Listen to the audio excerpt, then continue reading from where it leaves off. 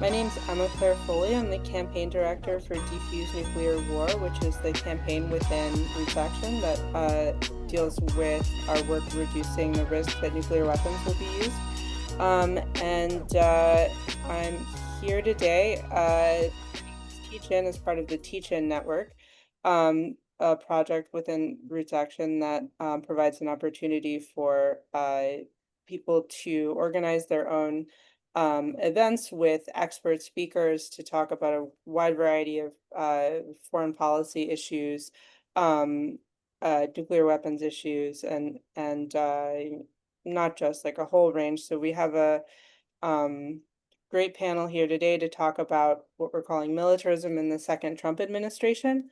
Um, if I think we all have sort of gotten used to this climate where reading the news in this year has become sort of overwhelming, and especially even before then, since the beginning of the Gaza war, it's been really easy to become overwhelmed by the scale of the destruction and the escalation of conflicts that we're seeing.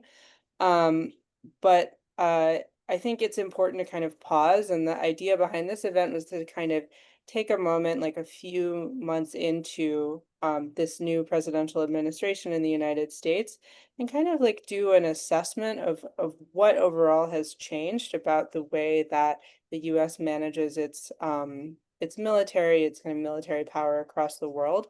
And so we're going to hear from three different panelists about different aspects of this question. But the goal is to kind of look at the different levels at which this is a relevant question, right? From the sort of global spread of power and how that's changed and changing even now, to the kind of machinations of national policy within the United States of spending, and how that has shifted and what those longer term trends are, and then how this kind of works out on the ground, right? In communities across the United States, in changes, economic and social, right, that are kind of downstream from these broader, maybe strategic shifts, but also, affecting them reciprocally. So to try to get a picture of really what's going on with the US sort of military establishment in 2005 or 2025. Oh, geez. Okay. So I'm excited for this. I think we've got some great speakers, and if everybody's ready, we can just dive in. I'm going to introduce our first speaker.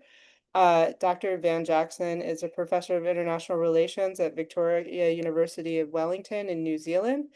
He's also a senior non-resident fellow at the Center for International Policy and co-director of the Multipolarity Great Power Competition and the Global South Project at Security and Context.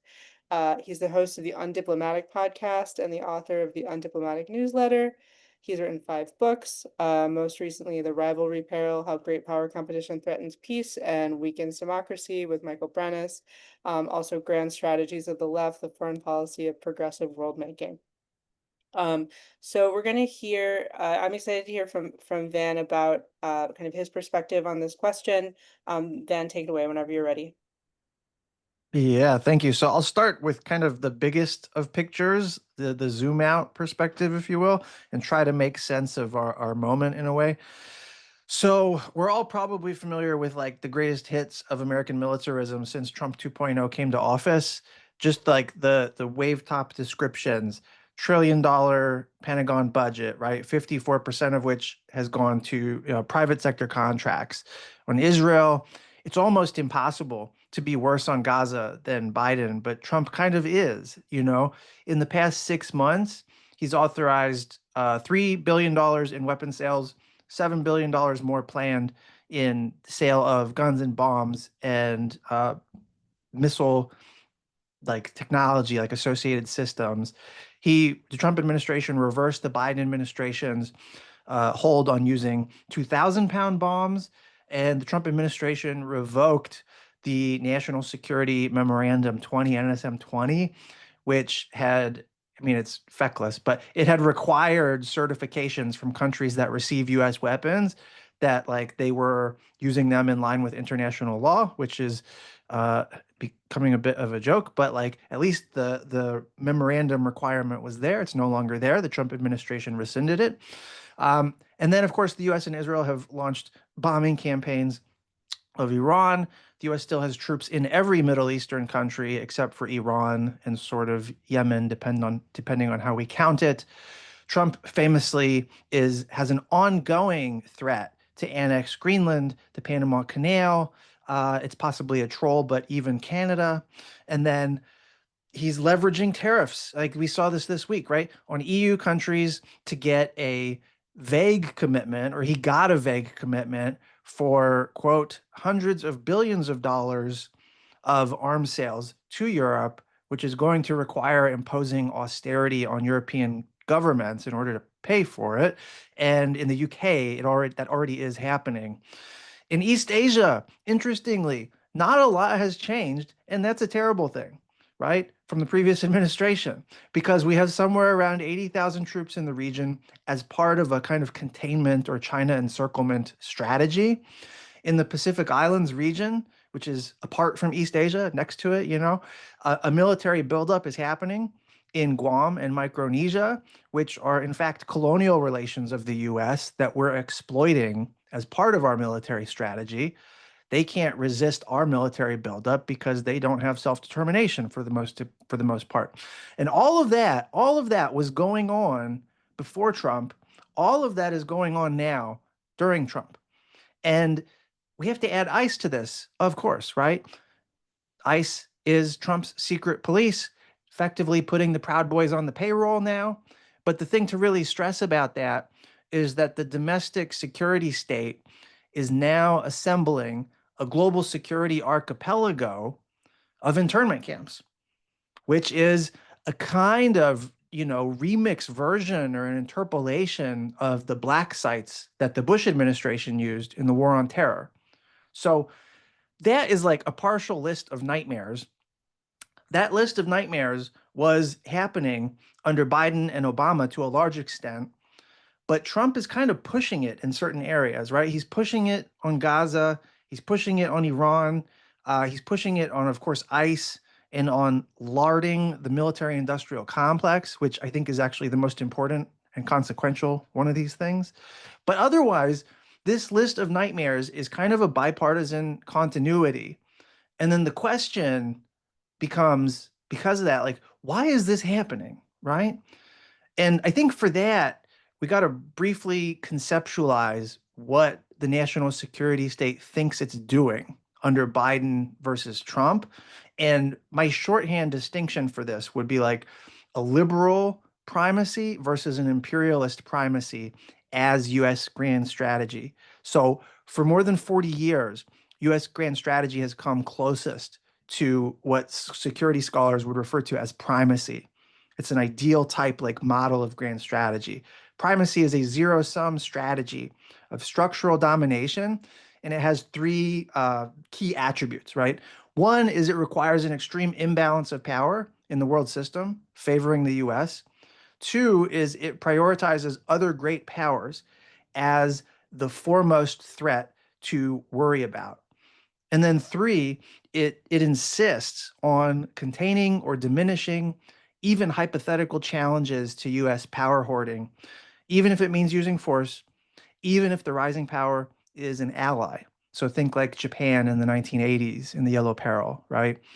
And all three of those attributes were part of US thinking across every presidency since Reagan, um, all the way up to Biden. And they're also present now. MAGA foreign policy is zero sum. It seeks a favorable imbalance of power. It prioritizes China, which is the other main great power, as the biggest foreign threat. And then, even though it's doing it kind of incompetently and erratically, it is trying to curb Chinese power.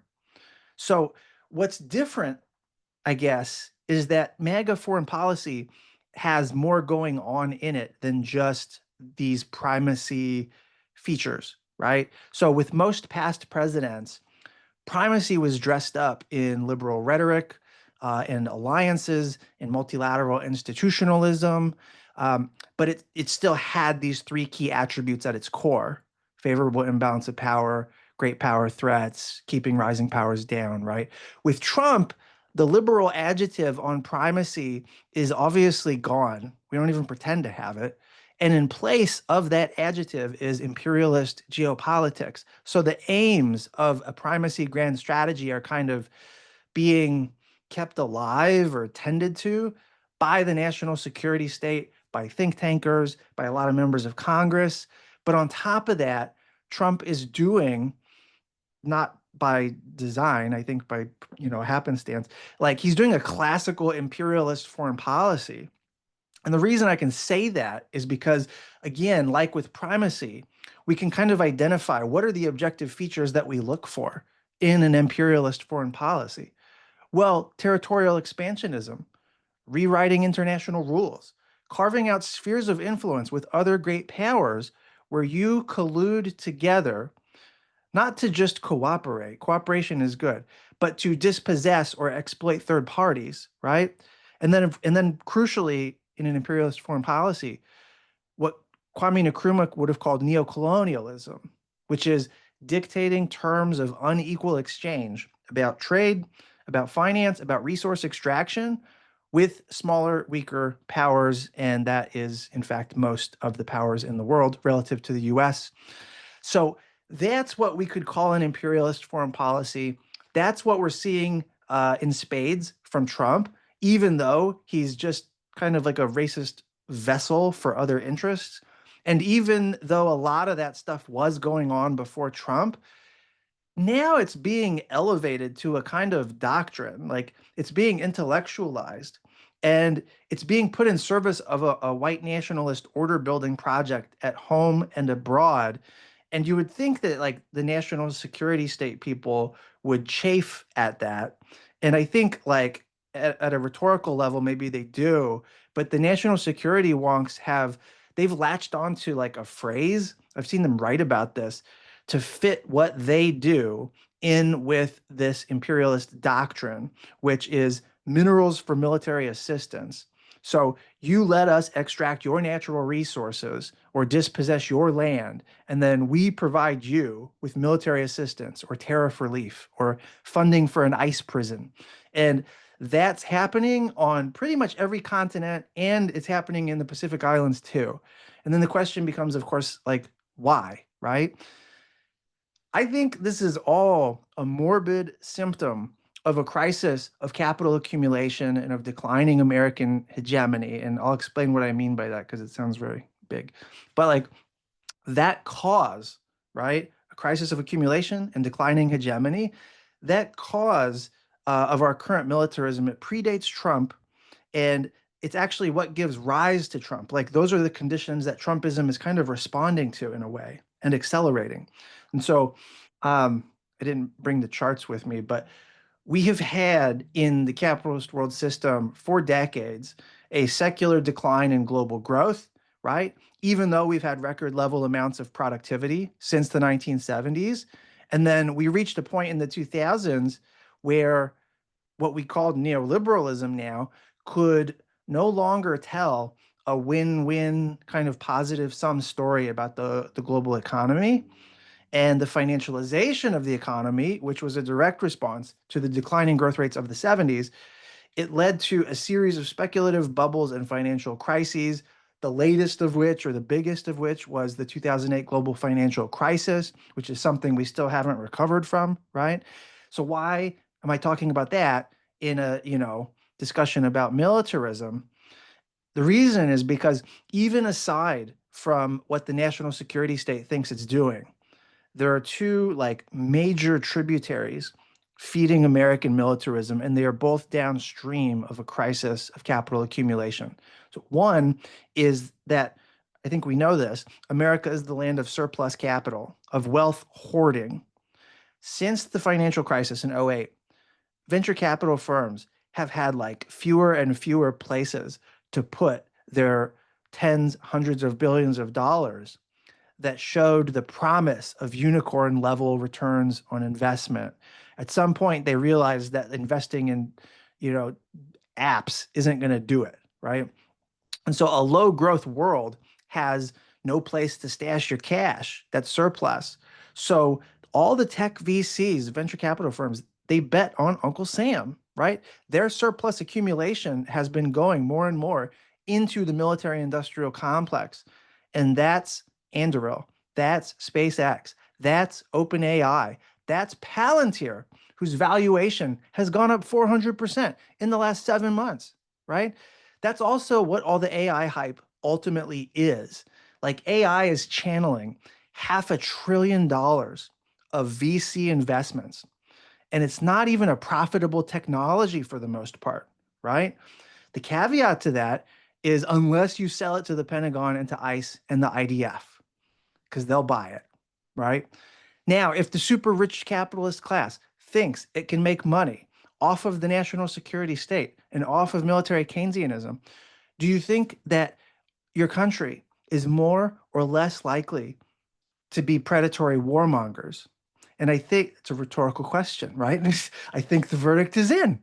And this is why the great power competition, China threat stuff matters so much, right? A high technology military is only necessary, it's only like justifiable if you plan to fight a high technology adversary. The $1 trillion war machine and the Silicon Valley bet on military production and a military, client, consumer, it has no justification except for hypothetical war with China. Trump doesn't even want to fight China, but the system that he's sitting on top of requires the China threat to justify itself. And then the other tributary, separate from the tech, feeding American militarism, is about the specific imperialist form of US foreign policy. So a world of low growth makes capitalists turn toward the use of state power to secure a larger share of a shrinking global economic pie. We're seeing that in China, but we're obviously seeing that in spades in the US, right? So the state secures the bag for its capitalists through what you might call primitive accumulation, a kind of bare knuckle profit seeking. So imperialist foreign policy is how you do primitive accumulation, land grabs, dispossession, a focus on resource extraction, tribute payments, colonial erasure, frontier making. These are evil things, but they are ways also of unlocking or redistributing upward value in a world where capitalism has become too competitive to get rich off of just like wage labor exploitation. And so the tendency of the declining rate of profit and the fact of a low growth world gives rise to state capitalism, which requires a nationalist ideology to bolster it, to fuel itself. Nationalist state capitalism puts you in conflict with others, especially when those others are mirror imaging you. That's what makes Sino US competition an inter-imperial rivalry within capitalism. And that is the biggest source of the imperialist form of US foreign policy at the moment, right? So you have this national security state quest for primacy. You have the white nationalist order building project. You have the tech bros and the VCs who are leaning into jingoism and patriotism and militarism because it pays. But that also means you have to have the China threat, consequently, which they also promote. And then you have imperialist foreign policy trying to extract new value from a world of low growth. So I guess what I'm saying is like the militarism of our moment is in so many ways overdetermined. And then that's probably like as much as I should say for now. Thanks. Amazing. Thank you so much. Very clear, big picture analysis of where we are today, and I think a great way to kick off this call. So just to say for people, we're going to have a Q&A at the end of this, but we're going to go through our speakers first, and our next speaker is Taylor Barnes. Taylor is an Atlanta-based journalist and the field reporter for the military industrial complex with Inkstick Media, a nonprofit outlet that covers global security, while as a matter of policy, taking no funds from defense contractors or government entities that could color its views. Very rare in that field. You can follow her stories in the Inkstick's free Substack newsletter, Military Industrial America. Taylor, whenever you're ready. Thank you, Emma Claire, for having us. And Van, that was terrific. And my presentation is going to be extremely different because I am going to dive into the hyperlocal. But I think this will be relevant for the people on this call who I imagine often have, a long history in peace movements in their localities, and that's sort of the heart of my beat. And so sort of just to give like some color to the origin story of this beat as I became interested in endless war as a defining feature of American life, as I was, mired in student debt and doing crazy things, attempting to get myself out of debt and wondering, what the US spent its money on, if not, educating its young people. I began to listen into the likes of Bill Hartung and read his books and many peers, and felt like I kept hearing this sort of common line, which was, we can point out everything that's wrong with the F-35 and why it's nuts to spend this much on a fighter jet that like isn't even capable of flying like the majority of times, or like we can tell you everything that's wrong with the ICBM, but nothing will change until the parochial politics around this changes. Like this is a matter of pork barrel politics playing out in the field, and that's why a key node in the military industrial complex, which is the congressional part, keeps the money flowing. So that's sort of the heart of my beat. Um, and sort of just kind of diving into the trends that I'm watching in this Trump 2.0 era. I think as people on this call are very well aware of, you have your conventional big five defense contractors, the Northrop Grumman, the RTX, Lockheed, etc. And then these would-be insurgent players, the Anduril, the Palantir, the SpaceX, some of these Israeli startups that are coming to the US, um, calling themselves quote unquote defense tech, which is a term that Bill on this call has, disputed for a while and that I very much agree with. I.e., weapons manufacturers have always presented themselves on the cutting edge of technology. The defining feature of these firms is that they are venture capital backed and often Silicon Valley in origin. And though they present themselves as in tension with each other, most clearly in Anduril's manifesto, which is published online, in which it claims that it's going to knock out the dinosaurs of the defense industry, like the Lockheed Martins.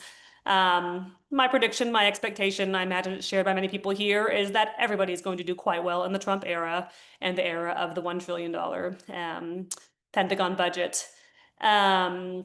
So as I dive into the hyperlocal, and first as I think of the rise, also just to say what I don't have a presentation, but I'm going to drop a few links into the chat for people who might want to just visualize what I'm discussing. As I think of the rise of the Silicon Valley venture capital-backed weapons firms like Anduril, some places that I'm watching are, for example, right around the Trump inauguration, Anduril announced that Anduril claims that it will have one mega factory that produces its weapons, as opposed to a Lockheed Martin that spreads jobs and subcontracts and whatnot across as many congressional districts as possible. That's not really true. Anduril actually has, a production facility for UAVs here in the Atlanta area. It announced a solid rocket motor plant in Mississippi recently. That said, its would-be mega factory, it also announced within days of the Trump inauguration, and says it is going to build it in outside Dayton, Ohio. One remarkable thing about this is that Anduril, which likes to brag that it, invests in its own R&D rather than waiting for the Pentagon to subsidize its R&D, is getting an enormous amount of subsidies from Ohio taxpayers. It is well over $500 million, and that's just what's publicly reported from both local and state level tax breaks, rebates, etc. And what's even more extraordinary about that is Ohio has a sketchy legal structure that allows it to deprive the public of its contracts to subsidize all subsidized companies, including Anduril, i.e., it uses an outsourced quasi-private nonprofit that's called Jobs Ohio that is not subject to public records law. Therefore, nearly $500 million, or well over $500 million, I believe, has already been, dedicated to this project to build Anduril's mega factory outside Dayton, Ohio, and the public is denied access to what are even the terms of that contract. So that's one thing I'm watching in here. And then this is me beating a dead horse, but it is just astounding, how much in local media the coverage of weapons plants is not in the context of a national security story. It's not in the context of even like a budget priority story. It is a jobs and economic development beat. So that, right, what I just posted is an image of the front page of the I believe it's called the Columbus Daily News, the day that the governor announced that the largest job creation project in Ohio history has been achieved, and it is the Anduril drone plant outside Dayton. And what's remarkable about this is that the media publishes this uncritically, but does not, puts on the front page of the gigantic headline when literally, like, no one in the media is allowed access to the actual contract. Like, that 4,000 job claim sounds great, but like there's no one's allowed to actually see the fine print that like spells that out, like under what terms. And these like deals routinely underperform. So that's one thing I'm watching in the Trump 2.0 era is sort of the where these Silicon Valley backed firms announce their plans, and Ohio is an important place to keep an eye on. Another thing is just sort of the culture at contractors as they respond to, the Trump MAGA moment. We had this piece from our reporting fellow recently about these contractors, the likes of Boeing, Lockheed Martin, whatnot, that used to, for example, in their SEC forms, report their diversity statistics and used to sponsor, as amusing as this would be, used to sponsor things like local pride parades, have now backed off and are ceasing to do so, which, it can be amusing to think of the likes of Boeing sponsoring a pride parade. That said, it does mean something to workers on the inside. I had, for example, a queer employee at Northrop Grumman tell me, like, look, I don't even dare join the employee resource group for queer employees because I know the company doesn't have my back as soon as the Trump administration or Republican administration comes into office. And like, I don't want to out myself as queer in this company when like they will turn their backs on me as soon as it is not in vogue with the administration that they need to buy their wares. So I have my eyes on sort of a few cultural shifts along those lines. I've noticed a change in tenor of language from some of the likes of the more conventional defense contractors that I think if you look at the language from like an Andorra Palantir, I think it's very clear to read the right-wing politics into it. They're very clearly aligning themselves with Trump and the Republican Party, whereas the likes of Lockheed Martin, Boeing, et cetera, often had a more quote unquote bipartisan language. But I have noticed a bit more of the right-wing language in, for example, Twitter posts and whatnot from the big five contractors. Another place to watch, this is this one just occurred to me right now, but is that of course the next generation fighter jet contract was announced, then which Boeing won, which will be largely produced in St. Louis, Missouri, which involves interesting local politics for this feat because St. Louis is a dense, heavy, generally blue town, very organized labor heavy, including at the Boeing plants. It's also a place that's been sort of ground zero for Israel and Gaza genocide politics as AIPAC and the Israel lobby spent so much money to oust Cori Bush in favor of Wesley Bell. So we have a Missouri-based reporter who is really keeping their eyes on how this F-47 contract will be, discussed and promoted locally. I wanted to now, I know many people on this call have an activist bent, so I wanted to hopefully offer a little bit of hopefulness about the ways that ordinary people are pushing back on endless war, and really just put a few, three things on your radar. One is that so the private defense contracting is largely non-union nowadays. That did not used to be the case back during the Cold War. A place like Lockheed Martin had unionization rates like upwards of like 60 to 70%. These companies have largely be backed by unions. Anduril, Palantir, SpaceX all have zero union representation in the US. It's important to watch that Ohio plant and see if there's ever going to be any sort of organizing drive there. That said, the largest union at Pentagon contractors is the Machinist Union, and that really goes back to the Machinist Union being very tied in with aviation, including civilian aircraft manufacturing.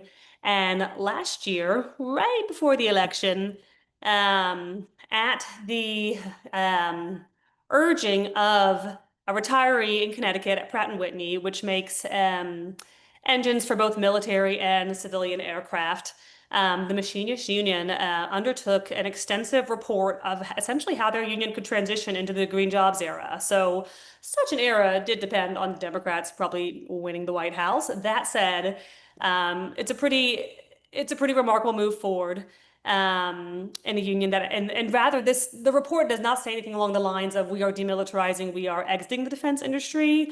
What instead it says is it points out how many opportunities exist for this union in the clean energy and climate change, climate economy. So for example, their vision of who, the machinist union, yes, has large numbers of unionized workers at Lockheed Martin and Boeing, but they also organize a lot of federal employees in general, including firefighters, and they imagine being able to, for example, organize like members of the Civilian Climate Corps and a Green New Deal.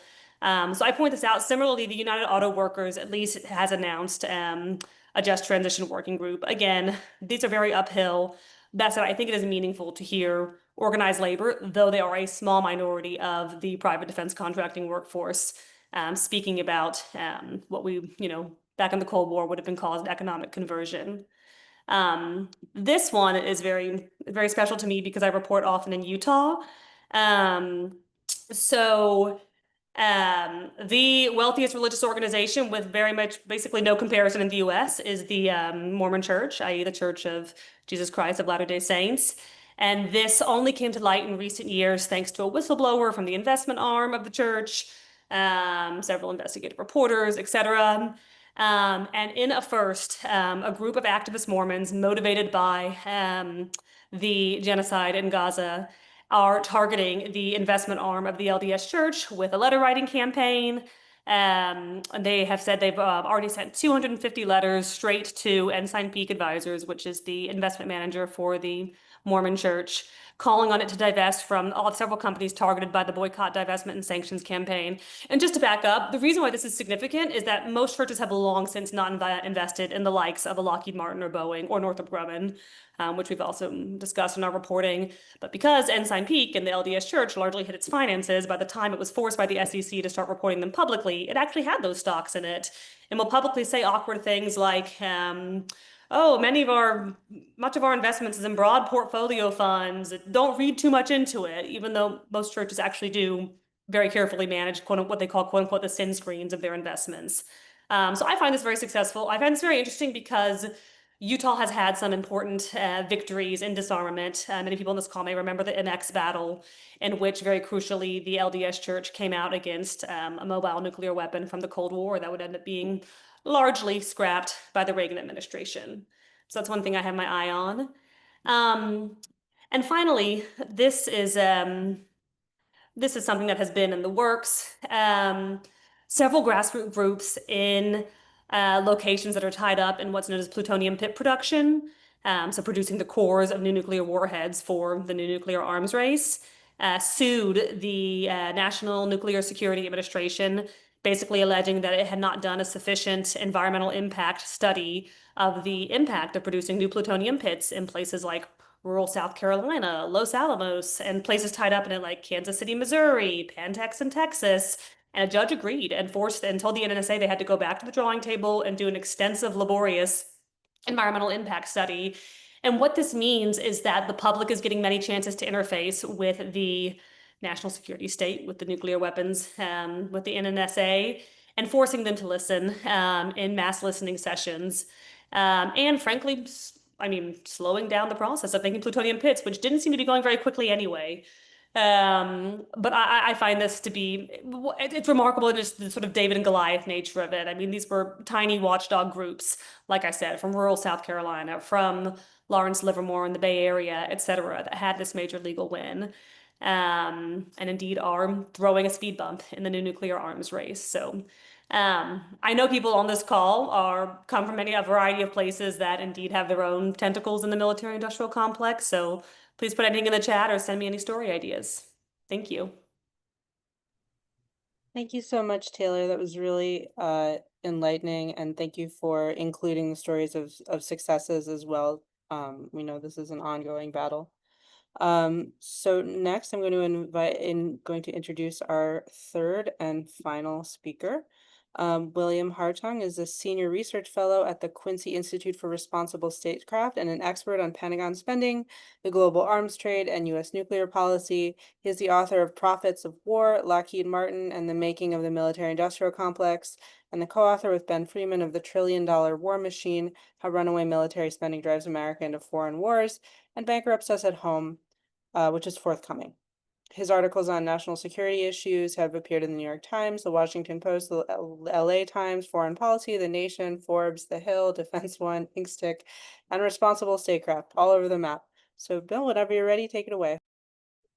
Yes, sorry I missed the beginning. The end of Van's analysis was captivating because you don't hear the bigger kind of structural argument, certainly in Washington. And Taylor's my hero because she digs up new information, which was like a revelation to me that you can do that. I just kind of repeat myself. But I think that the two presentations kind of hit it on the head in the sense we need an understanding of the big picture of why this is happening, but we also need the stories of what's happening with people and how they're affected by this, how they're fighting back. Because especially in this environment of disinformation and I don't know what you call it. I mean, fascism is maybe just an outmoded term for what these people are doing. But anyway, to penetrate all that, I think stories of people, stories of past victories, people taking risks, people showing courage is the only way to break through. For a long time, I used to do these very exquisite analyses of the power of the military-industrial complex. And people say, "Yeah, you're right. We can't beat these people." It was actually demobilizing.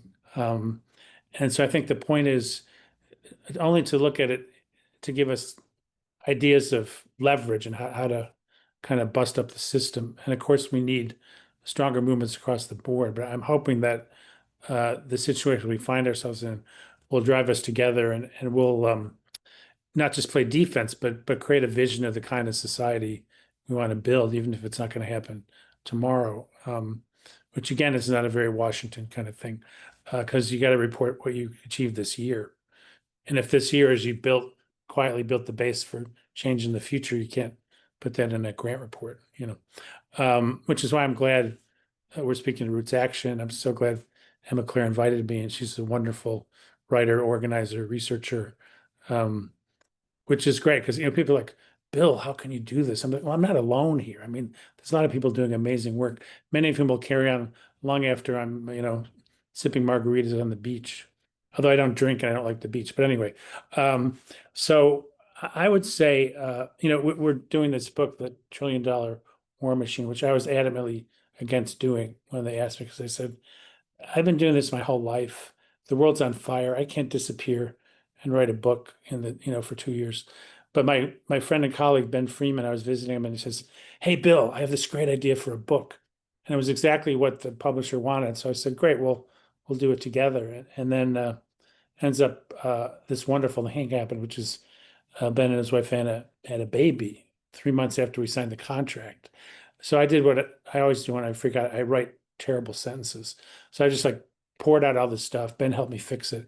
And the biggest problem was when we were ready to do the cover, we thought the $1 Trillion War Machine would be outdated by the time the book came out. That they would be spending more than $1 trillion. But the publisher said they liked the ring of it. So here we are. And I think, one thing that occurred was, we sold it based on an outline. And we mentioned, the tech bros. They're not all bros, but they act like them in Silicon Valley. And, kind of as almost as an aside. And we hadn't really delved into how important they are politically, how unhinged they are ideologically and personally, and how if anybody is going to get us killed, it's kind of a competition between Trump, Netanyahu, and these Silicon Valley folks. So I think there's a new urgency, and of course they're selling themselves as we're nimble, we'll be cheaper, our technology will restore U.S. dominance in the world. We're the new patriots. We're founders. They kind of sell themselves as superior beings, and we're supposed to sort of, thank them and also make them rich at the same time. So the question becomes how are these two factions going to relate? Andrew has a little manifesto called Arsenal Democracy 2.0. It's a pretty good critique of the big companies and parochial politics and all of that. And they basically say, well, these companies were good for the Cold War, but they can't make the new weaponry. They don't have the business model. They don't know the software. Let's give them a lifetime achievement award. Let them get out of the way, and we'll take over. And because people are enamored with tech, and because they feel like, well, we got to have competition in the defense sector. This is a good thing, Bill. But there's almost no way this turns out well if we let these people have more power. They're selling technology that doesn't exist yet, and making it sound like it's at their fingertips, and that technology will save us, which it has never done in the past. And the Alex Karp, the head of Palantir, has this wonderful book. I mean, wonderful if you're one of them, which basically says, America's kind of lost its way. We're a bunch of slackers. All we do is game and watch reality TV. We don't produce anything more. We need a unifying national mission. And lo and behold, what's it going to be? A new Manhattan Project for military applications of artificial intelligence. And he says in the book, well, we can develop a permanent superiority over China in this technology, as if we're like fighting Iraq or something. I mean, this is this large, technically capable country with a growing economy. And if we want to poke them, they have many more resources to throw at their military that they're doing currently. And this notion, at the end of we're coming up on the 80th anniversary of the bombing of Hiroshima. And there was that debate, should we control this technology? Should we eliminate it? What should we do? And the Hawks basically kind of sold the idea, well, we're in the driver's seat here. We've got these weapons. We can run the table on the notion that, Russia and China won't get this stuff unless they cheat, And of course they did get it. And we've got the arms race. So now you've got this guy saying, oh yeah, we're gonna dominate, and we're gonna have a permanent edge in this AI technology, and it's gonna restore American dominance in the world, which you may have noticed is not always a good thing. So, I think what Taylor alluded to, I think for the moment at least, they're going to feed both sides. The Lockheed Martin folks are a little more buttoned down, like they don't scream from the rafters, we're going to beat China, but they fund think tanks that say that. And they don't sort of glory in war, that they tell the investors, well, that turbulence will certainly create a market for our products. Whereas these other folks are like, I want to live forever. I'm going to colonize space. We're going to bury China. They're much more aggressive in their presentation. And their weapons have a lot of dangers associated with them, including the idea of, if you think you're not going to pay a price, you can inflict great damage on others. And essentially, in my view, the United States is a declining imperial power. And the question is, can we age somewhat gracefully, or we're going to take the rest of the world down with us? And a lot of Trump's policies actually, I think, are accelerating decline, because they are getting rid of tools that, like, a more quote unquote intelligent imperialist would want. Like, well, there's ways to use foreign aid for leverage, and there's ways to use international institutions to advance US interests and so forth. Their policy seems to be, we're going to bulk up the military, which is going to be like a version of the Michigan militia with better guns. Let's get rid of diversity. Let's get rid of anybody who would stand up to the president. Let's not have a military that represents the scope of America. Let's not remember that their first job is supposed to be to honor the Constitution, not put down demonstrations in Los Angeles. So it's a new level. It was, I think, it was all present, but Trump is just screaming it from the rooftops. Even if you look at things like, kind of the racial underpinnings of American society. When Ronald Reagan ran for president, he announced at Philadelphia, Mississippi, which was where 4 civil rights workers had been murdered in the 60s. And they said, oh, it's a racist dog whistle. Well, Trump, it's a racist bullhorn. It's every day. It's relentless. They're trying to try to normalize racism to every possible degree, including, let's rename the forts after the Confederate generals.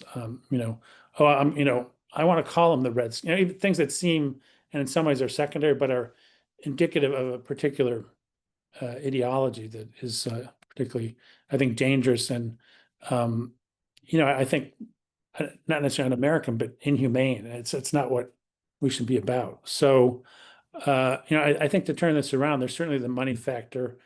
There's the fact that, our politics are such that all the things we could do that would build a more sustainable society, create more jobs, are blocked in Washington.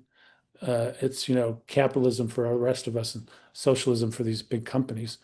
So there's a political blockage to doing what's rational. Even if you were kind of a middle of the road, kind of, vaguely hawkish Democrat, this system doesn't really work. I mean, if the Pentagon wants to build new weapons, adjust strategy, Congress says no. It's like, oh, this ship doesn't work. We don't care. You can't retire it. So it's kind of this weird. The Pentagon budget's sort of like a sedimentary rock or something. There's just like generations of things that they've built, and they rarely get rid of anything. And now, things like Golden Dome, which is, I mean, back when Reagan said he was going to have an impenetrable missile shield, practically every scientist who wasn't on the payroll of the industry said that's not possible, and they were correct. But back at the time, Edward Teller, who was the father of the H bomb, among other things, was whispering in Reagan's ear, "Oh yeah, lasers in space, that's the solution." Well, it ends up the lasers in space dissipated; they couldn't really do anything. But in the meantime, they had put an artist's conception of this thing on the cover of Time magazine. A lot of people thought we had it. So they've already proven that this leak-proof system is not going to work against ICBMs. And Trump says, well, also hypersonic missiles and low-flying cruise missiles. It's a fantasy, but it's also a huge boondoggle. And for the two factions of the industry, it couldn't be better because they're going to use some of the existing hardware that the Lockheed Martins and RTXs build, and then they're going to have an Anduril or a SpaceX or somebody kind of doing systems integration and targeting communications. Likewise, the F-47 is going to have these unpersoned, wingmen that'll be built by Anduril or one of these other firms. So at the moment, at least, they're feeding both sides of the beast. Maybe eventually they won't be able to do that, but there's very little discussion about, well, what's the strategy to defend the country? I'll end on this, but there was a congressional commission on strategic posture, co-chaired by John Kyle, who not only was the most anti-arms control senator in the history of the U.S. Congress, but had been a lobbyist for Northrop Grumman, which is the biggest nuclear weapons producer. And when they released this report, this was not mentioned. He was treated as just subjective observer of the passing scene. And then they had a hearing in the Senate Armed Services Committee, which was shameful. I mean, they're saying, this is what we need to protect the country. This should be our nuclear doctrine. This is what we should be spending. You would think they would ask questions about that, but most of them said, hey, this missile that we build in Arizona is the only one that can really block a hypersonic missile. Shouldn't we spend more on that? Or from Nevada, well, the Nevada test site, there's a lot of investment that needs to go in there that, we got to accelerate that, right? Or like the guy from Alabama is like, we make everything. We're amazing, And then finally, Senator Warren says, well, just out of curiosity, what is your plan going to cost? So the former lobbyist for Northrop Grumman says, oh, cost. This is much too important to worry about cost. And of course, it segues with Taylor's work where they claim all these economic benefits, most of which are illusory.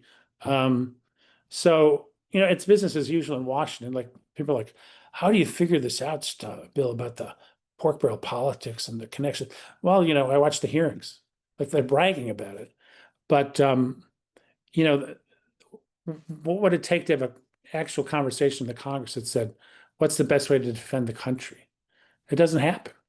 It's all about money and kind of, just taking positions that they feel will so they can survive politically in the narrow sense of Washington, which is why whatever we do to turn this around, it's got to start outside of Washington. I won't get into deep critiques of my colleagues, but there's a lot of the DC-based groups have set their sights so low. It's like, what will Congress accept? Almost nothing. We need a new Congress. We need a new public consciousness. We need a larger movement. Ideas alone are not going to do it. We need power, and we don't have that at the moment. So it's really, I think, the most important people on the call are the people, people from Roots Action who are trying to organize and change people's minds. And it's hard work, and we're up against, frightening deadlines. If you look at both climate and the acceleration of militarism and conflict. But I think, we have to sort of get grounded.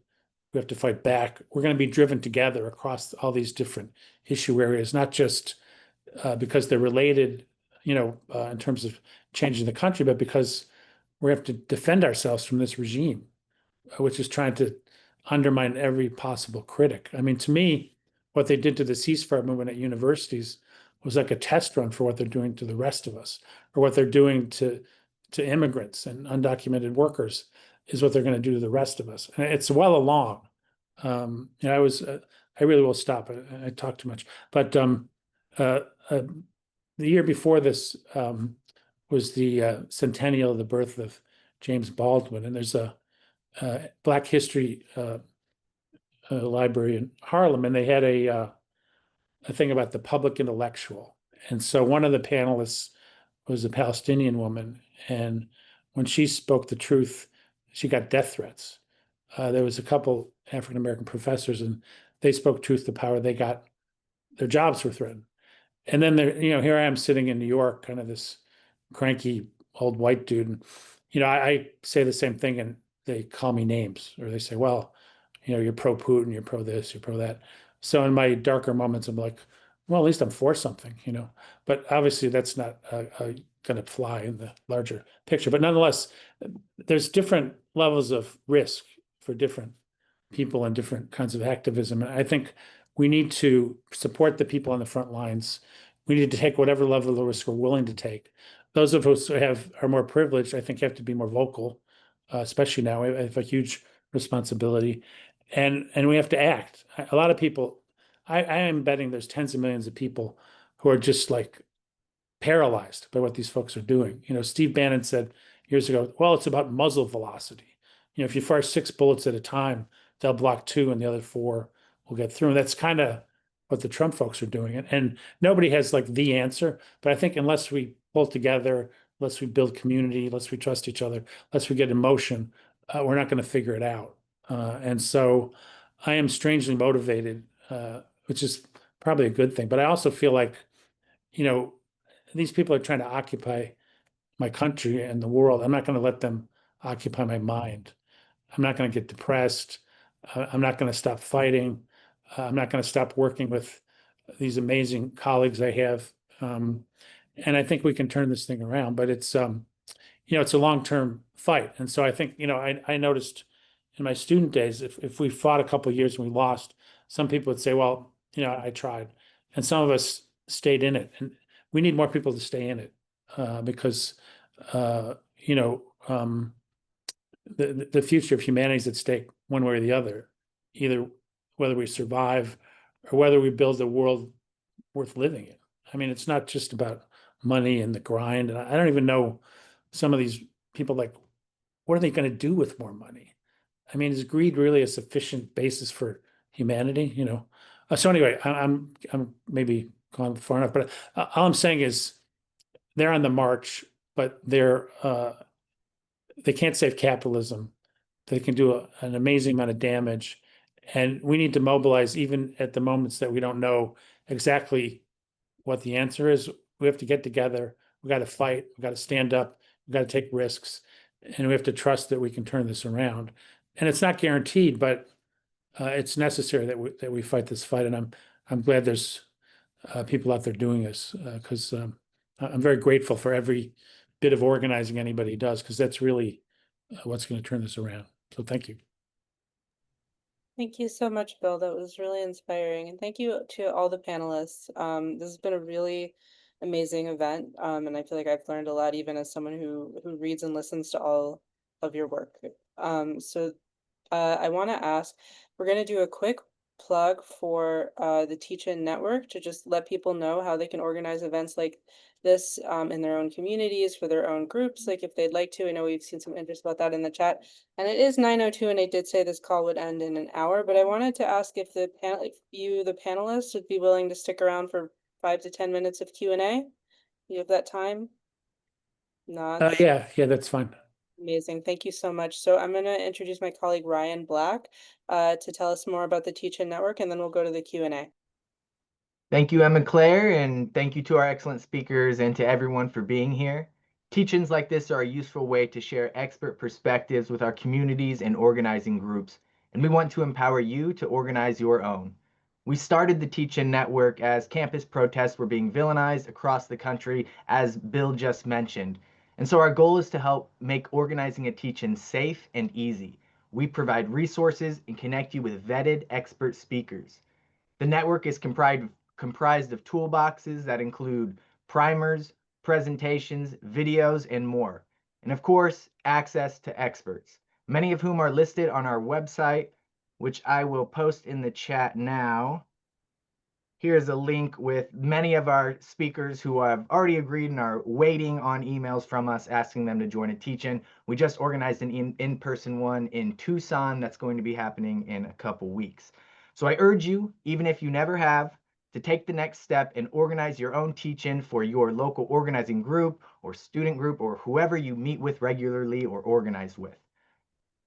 Please reach out to me via the Teach-In Network website, which you can get to through that link I just posted, or email me anytime at ryan@rootsaction.org if you want to organize with us.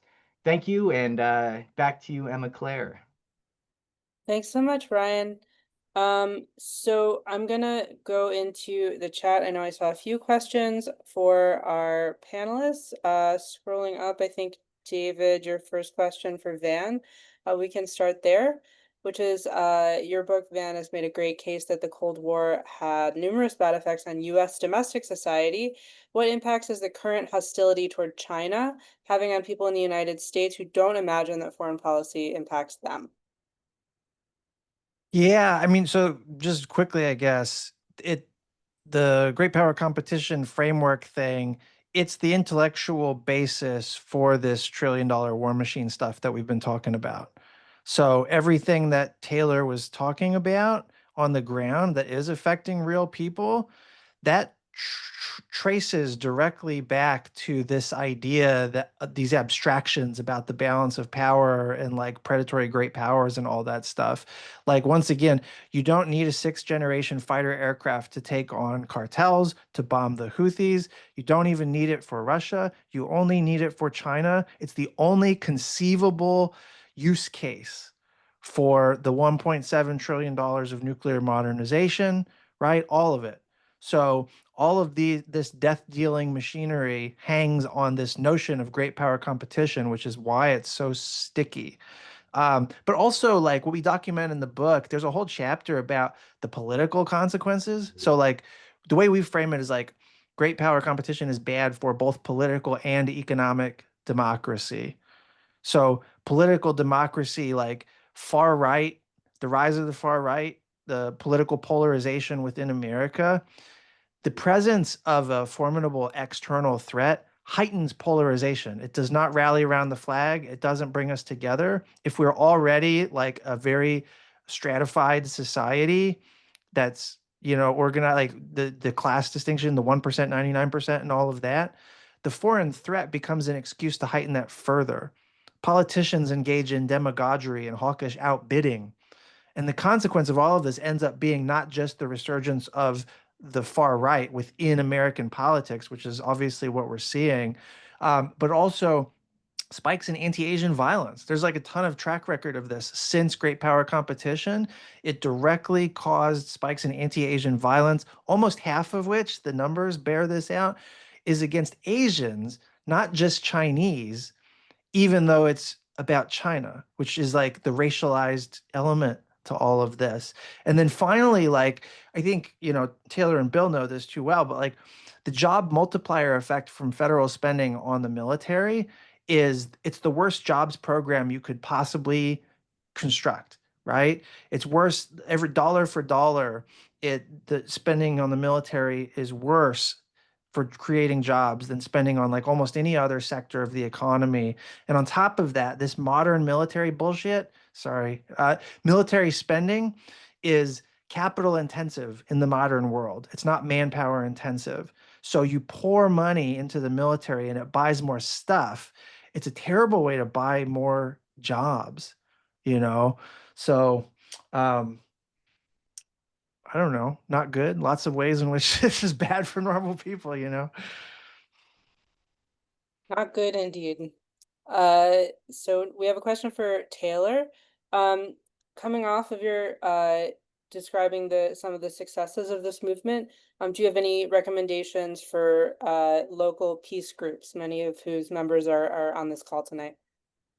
Yeah, I was really excited about that question, and I feel like I have too many answers, so I'm going to try to keep it brief. But my general umbrella answer is that as we do this reporting, both myself and other allies in the field and watchdog groups, I just find over and over again that the likes of Northrop Grumman, of Anduril, their allies in government, they are so shocked and taken aback when anybody comes at them with anything adversarial in the field. And like they like, like Northrop Grumman has like lawyered up to fight like a public records request we submitted whatever 2.5 years ago in Utah, and it's quite wild. So just to say that like that scrutiny in the field means a lot to them. And one sort of too long don't read like journalist general tip is like anytime you see the company interacting with government in any sense, I need a permit. Like Anduril apparently is asking Ohio taxpayers to like fund their new sewage line so they can like get help flushing their toilets at their mega plant. So any interaction like that, getting their tax breaks, whatever, involves some form of public record, at least go ahead and request it. Um, and that is already sort of the first sort of line, the first easy line of scrutiny. This story just makes me smile because I just think it again shows like how much these companies are not used to scrutiny in the field. Earlier this year, a building exploded at Northrop Grumman's final assembly plant for the new intercontinental ballistic missile, which is like a many decades old, from the dating back to the 1950s missile plant out in Utah's West Desert that has a history of many explosions, including that have killed numerous workers. And I got a tip from a worker basically in real time as it was happening, like Taylor, a building is exploding right here. And not just myself, but local media, indeed. It made houses shake like 5 miles away. Local media picked it up. They flew a helicopter over the site. And this apparently infuriated Northrop Grumman that anyone knew that they exploded a building out in Utah's West Desert. And they sent an email out to employees saying, please do not speak with the media, which then I was told about. So all of which is to say is that many of these powerful companies really do expect a cozy environment in the field. And I think any scrutiny that you give is far more than were expecting. Um, I think inserting yourself in local narratives and just providing any sort of a counter narrative can be very valuable. For example, with this new Anduril plant in Ohio, I noticed one local official in one of the counties that is offering tax breaks to the plant said something along the lines of like, I wouldn't bet against Anduril. And this like what he's saying is like what a great successful company we are giving tax breaks to. Of course they will create jobs. And I thought, what a funny thing to say. Like, this is a very untested weapons manufacturer. You're saying I would not bet. I'm like, has anyone told him that Palmer Luckey is a gamer? Like that is his actual professional history. So I think any of those counter narratives in the field can go far because local officials are often pretty clued out of them. Um, One thing, I didn't put this on my local success stories, but I think not underestimating just who has an interest in stemming endless war. Recently in Nevada, the Nuclear Threat Initiative ran a very remarkable campaign that reminded me a lot of the MX battle in Utah in the 1970s and 80s, in which they gathered just a variety of local interests, everything from like labor unions to like a casino association to the Cattlemen Association, to come together to support a resolution in the state legislature opposing a resumption of nuclear weapons testing at the Nevada test site because a resumption of nuclear testing had been a plank in Project 2025. And bipartisan, Republicans and Democrats alike in the Nevada state legislature came back and came in unanimously support of this resolution. So I think of looking at entry points in which people's lives in very physical ways intersect with endless war is important because quite often in cases like this, people will decide that it is not in their interest to have nuclear weapons testing resume in their backyard. Thank you. Lots of threads to follow there. One more question for Bill now. Trump has stripped away the facades and made war look just as ugly and evil and fraudulent as it always was. But do you feel that opposition to war has increased correspondingly? I think there's a lot of war fatigue, a lot of attitudes against war, but I think because of the way this administration came in, a lot of people are still on their back heels because there's so many horrors being perpetrated upon us. People don't know where to start. And this was part of the point of Project 2025 and the whole purging of the government was they don't want anybody who's going to stand up to Trump. And they want to push the pace on these things so people don't know what hit them. And so, but I think that the anti-war sentiments will come together, and I think we're going to build a substantial movement. You notice every once in a while Trump will say something like, well, nuclear weapons there's too many, they cost too much, let's get rid of them. Or he gave a speech in the campaign in Wisconsin where he said he's going to drive the warmongers and war profiteers out of Washington, and they just want to go to war because they get $2 million a missile. Well, guess what? He's not doing anything about it. But I believe the reason he said it is because there's a portion of his base who is angry about that stuff, doesn't want that stuff. And even when he ran the first time, beating up on Jeb and Hillary about the Iraq War, which was supposed to be verboten for Republican candidates, some of the vets who voted for him bought it that he was going to be a anti-war president. So there's a pocket on the right that's anti-war, but it's not elected officials, it's not journalists, it's grassroots folks. And given the way our country's been divided and just kind of the hate as a political strategy, can we connect in some way? Can we work in parallel? How do we touch that? And then I think there's a lot of people who haven't participated to the degree they could. The Poor People's Campaign has a new kind of campaign, which is basically they looked at how low-income communities survived COVID, often with very little help from the government, sort of the networks of mutual aid and resilience. And so they've got a campaign that's called Survive and Revive. Basically, those bonds, that building of community has to be combined with political education, political action, and they hearken to things like the free breakfast programs of the Black Panthers, or things that you wouldn't normally associate with Donald Trump's America. But I think there's a whole separate kind of learning going on and respect for radical efforts of the past. And I think we can bring that together in a way that can be meaningful. But it's a race against time, and these folks are just they're trying to destroy as much as possible, as quickly as possible. And the Silicon Valley folks kind of seem to believe we don't need government. Well, they certainly want as little government as possible. So, we got to stand up to these folks, and we have to call them what they are, which is a bunch of new age militarists who don't believe in democracy. So they're not giving us any gifts here. And, we have to, I think, mobilize against this idea that, tech is what it's about. Because if you look at Star Wars, the electronic battlefield in Vietnam, precision guided bombing, it hasn't won any of the objectives the Pentagon claims it has had in these wars, but it has killed hundreds of thousands of people, cost trillions of dollars, inflicted great pain on our troops and our vets. So if you just take a cold, hard look at this notion of peace through strength, we've been there. We've seen it doesn't work.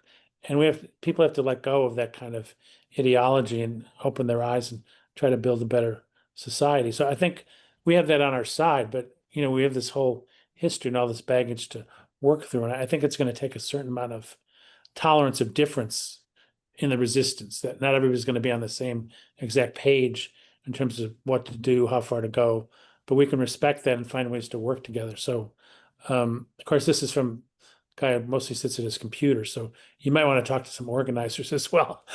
But this is what I'm learning from my friends who do organize anyway. Can I use two fingers super quick? A recurring message I try to drive home to people is like, no peace, no democracy. And so it doesn't matter, as long as we have this electoral system where we can still nominally vote for people and express our preferences.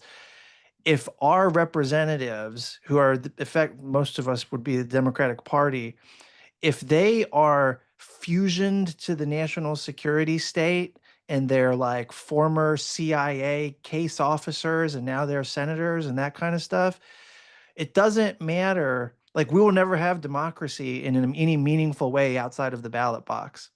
Like, it's the repudiation of peace and its militarism that is the constantly, perpetually choking off serious democracy, meaningful democracy. So whether it's at like the local level or the state level or the federal level, if there's not a peace movement involved or an anti-militarist commitment from our representatives, we're fucked. Sorry about that. Which was going to be the title of their book, but they changed it. But I think that's one of the strongest parts of your book is the domestic effects of all this, because they make it sound like we have to be strong to protect democracy. In fact, what they're doing is hollowing out, destroying Yeah, democracy. totally. Great. Thank you all so much. Thank you everyone for staying a little late. This has been great. I'm gonna have us sign off now. And there's gonna be just one more thing. We're gonna bring Ryan back to tell you about the other events we have planned as part of the Teach In Network and Roots Action. So Ryan, whenever you're ready. Yeah, we have another event coming up on August 21st about immigration and ICE raids. I believe David Swanson is helping set that one up. So we will have more information coming out about that one soon. And then we have another one in the early stages getting organized for September 11th about the before, during, and after effects of September 11th, what that did to the United States and the world, domestically and foreign policy wise. So hope you will join us for those, and you'll be receiving emails about those in the coming weeks. The hits just keep on coming. So thanks everybody one more time. And hopefully we'll see all of you back here for our future teach-ins. Great. Thanks everyone. Thanks, Emma. Thanks everyone for joining too. Thank y'all.